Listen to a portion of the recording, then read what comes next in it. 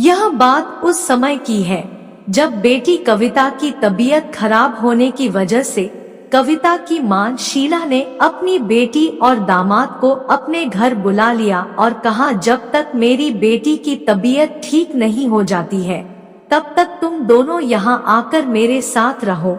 अमित ने अपनी सास की बात मानकर अपनी पत्नी कविता के साथ ससुराल में रहने लगा और वहाँ पर कविता की तबीयत ठीक होने की बजाय और खराब होने लगी।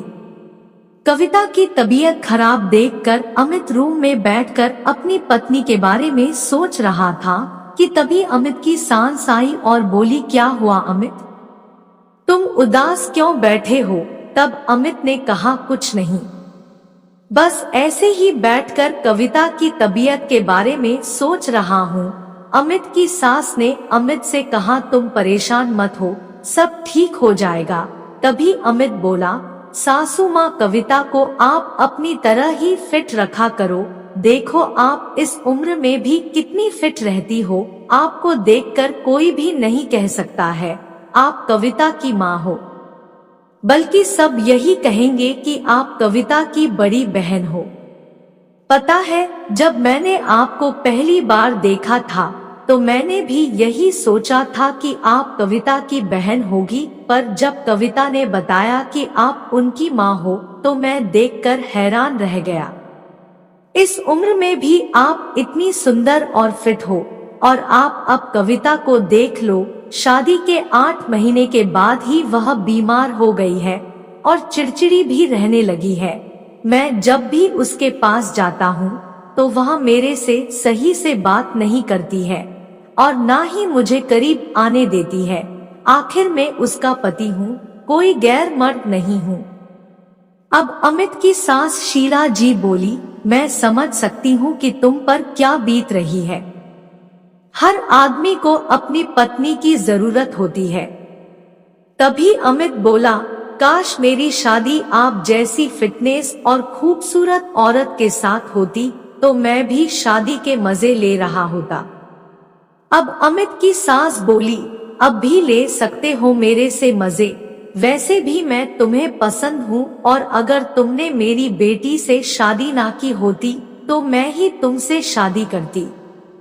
अपनी सासू माँ की यह बात सुनकर अमित एकदम सुन्न रह गया और मुंह से कुछ नहीं बोला, जबकि उसकी सास बोले जा रही थी कि तुम भी वो सब चाह रहे हो और मैं भी वो सब पाने को चाह रही हूँ, हम दोनों की जरूरत एक ही है। अब क्या था, अमित ने भी हाथ आगे बढ़ा दिया, मर्दों को तो थोड़ी ढील चाहिए होती है, बाकी काम तो वह खुद कर लेते हैं। उसी दिन से दामाद और सास का खेल चलने लग गया था। अब वह दोनों चोरी छिपे मिलने लगे, कभी साथ में बाजार जाते तो कभी साथ में गार्डन जाते। इसी तरह से दिन गुजरने लगे। कविता की तबीयत ठीक ना रहने के कारण वो अपने पति पर ज्यादा ध्यान नहीं देती थी और उधर सास और दामाद का खेल जारी था और दोनों ने चोरी छिपे शादी भी कर ली थी, जिसके कारण अब वो दोनों पति पत्नी भी बन चुके थे। एक दिन अमित अपनी सास के साथ बैठकर रोमांटिक बातें कर रहा, तभी कविता ने फोन करके कुछ जरूरी सामान मंगवाया तो अमित ने कहा, ठीक है मैं ले आऊंगा। अमित अपनी सास के साथ बात करने इतना खोया हुआ था कि वह फोन काटना भी भूल गया था और ऐसे ही फोन अपने पास रख लिया और फोन चालू होने की वजह से कविता ने अपने पति और माँ की बातें सुनने ली और कॉल को रिकॉर्डिंग पर भी लगा दी। उसका पति अमित कह रहा था कि आपके बिना रहा नहीं जाता और उसकी माँ भी यही कह रही थी कि तुम कब कविता को हमारी शादी के बारे में बताओगे। तब अमित ने कहा, मैं जल्द ही बता दूंगा। यह बातें सुनकर कविता तुरंत अपनी माँ के कमरे में आई और बोली, तुम दोनों की यह हरकत कब से चल रही है?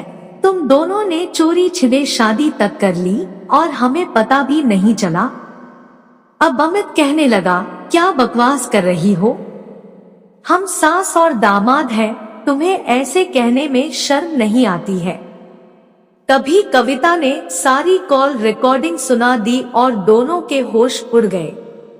उसके बाद कविता ने पुलिस को बुलाकर उन दोनों को पकड़वा दिया।